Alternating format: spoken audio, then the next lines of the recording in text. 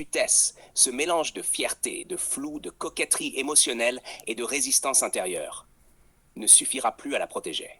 Ce jour-là, elle ne rira plus de ses petites manœuvres, parce qu'elle verra que personne ne lui répond avec autant de noblesse que toi, qu'aucun regard ne la traverse comme le tien, et qu'aucun silence ne l'éduque autant que le tien. 2. Elle comprendra que ces jeux d'évitement l'ont appauvrie. Elle pensait que garder le contrôle, c'était gagner. Elle verra que ce fut sa plus grande perte, car pendant qu'elle voulait garder la main, toi tu élevais la partie jusqu'à devenir inatteignable.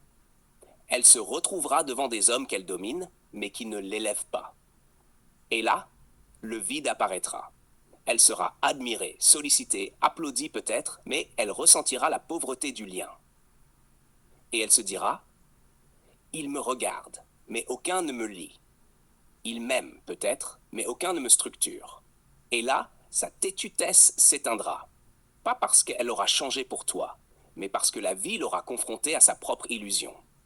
Elle réalisera que cette attitude lui a fait perdre l'unique homme qui avait la hauteur d'âme pour l'aimer en lucidité.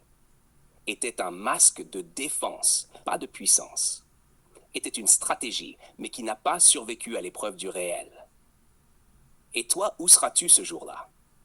Tu seras peut-être déjà ailleurs, avec une femme qui n'a pas joué, qui a su reconnaître ta valeur pendant que tu l'attendais, qui a compris que l'homme rare ne se teste pas à l'infini.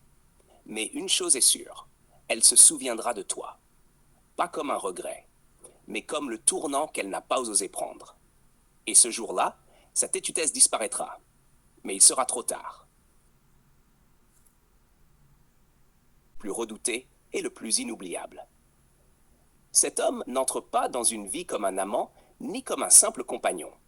Il entre comme un architecte de l'âme. Il y a une catégorie d'hommes qui ne cherchent pas à prendre. Ils cherchent à révéler. Et en révélant, il remet tout en question. Les anciennes blessures, les défenses apprises, les rêves limités. Il n'a pas besoin de séduire, il transforme. Cet homme, que fait-il? 1. Il remodèle une femme sans l'humilier. Il ne détruit pas. Il déconstruit avec douceur pour mieux reconstruire sur du solide. Et elle se surprend à penser, à ressentir, à croire à nouveau, non pas en lui, mais en elle-même, à travers lui. 2.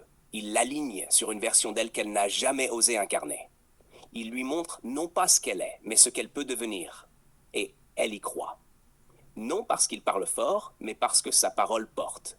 3. Il fait disparaître le poids du passé.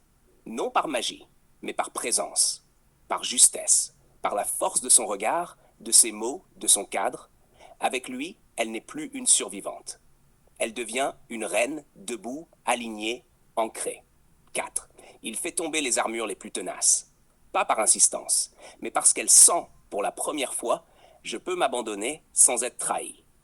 Et là, elle se libère, complètement. Elle se donne, sans peur, pas son corps d'abord, son monde intérieur. Et le plus fou, même s'il s'éloigne, même s'il ne revient jamais, il est là, dans sa façon de penser, dans la manière dont elle élève ses enfants, dans les critères qu'elle ne peut plus baisser, dans les silences où elle entend encore sa voix, son exigence, son calme. Cet homme-là n'a pas besoin de sexe, n'a pas besoin de scène. Il marque des vies. Et oui, c'est le plus dangereux de tous. Pas parce qu'il brise, parce qu'il grave. Et une fois qu'on l'a connu, plus rien n'est pareil. Parce qu'un homme comme ça, on ne le rencontre pas deux fois. C'est un croisement du destin, pas un produit de série. Pourquoi une seule fois? 1. Parce qu'il est trop rare pour être commun. Il ne court pas après les femmes. Il ne cherche pas à plaire. Il agit, il observe, il structure, il éclaire. Et il passe s'il sent qu'il n'est pas reçu à sa juste hauteur. 2. Parce qu'il laisse une empreinte qui dure toute une vie. Même absent, même silencieux. Il devient la voix intérieure que la femme entend à chaque choix important. Qu'aurait-il dit? Est-ce que ça, il l'aurait accepté? Est-ce que je me trahis là où il m'a élevé? 3.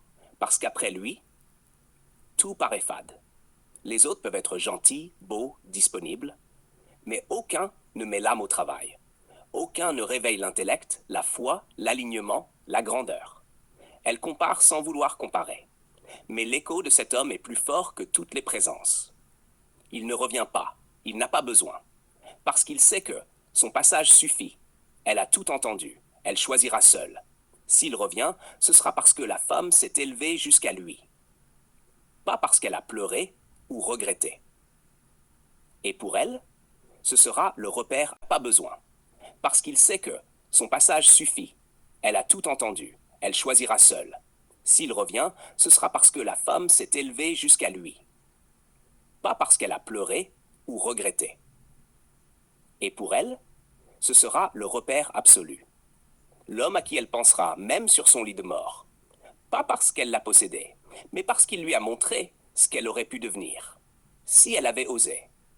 Et parfois, ce simple souvenir suffit à déclencher toute une révolution intérieure. Mais ce genre d'homme, on ne le croise qu'une seule fois. Et ceux qui l'ont reconnu ne l'oublieront jamais.